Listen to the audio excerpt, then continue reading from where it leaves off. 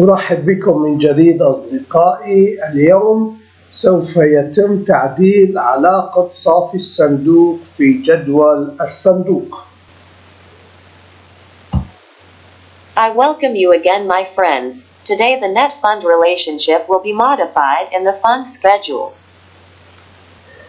علاقة صافي الصندوق كانت تقوم بأخذ إجمالي المبيعات وتطرحها من إجمالي الشراء وإجمالي الصرفيات.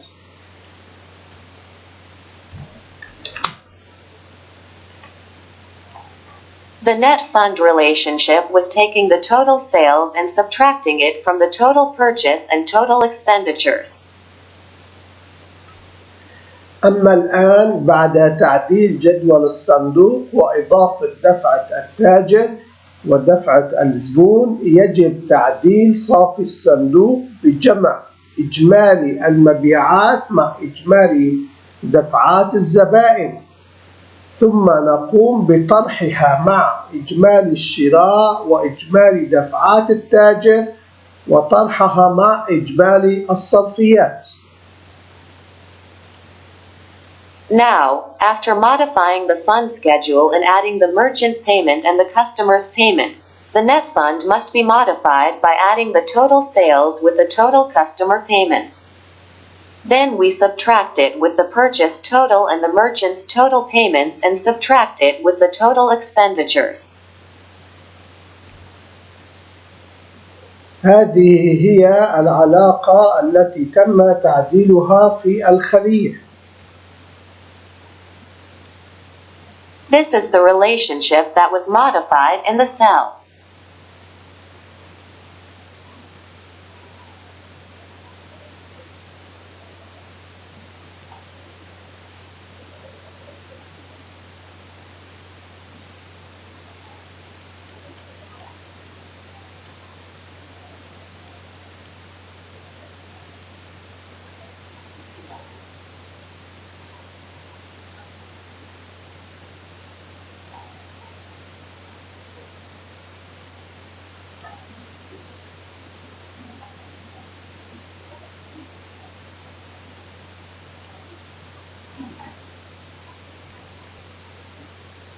لم يتم تعديل النموذج الخاص بالصندوق لأنه يأخذ ناتج العلاقة من الخلية D1 التي تم تعديلها قبل قليل.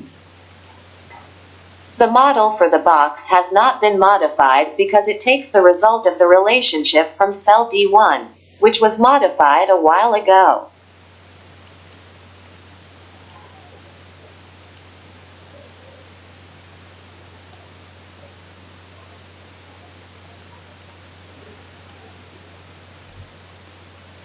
أشكر متابعتكم أصدقائي.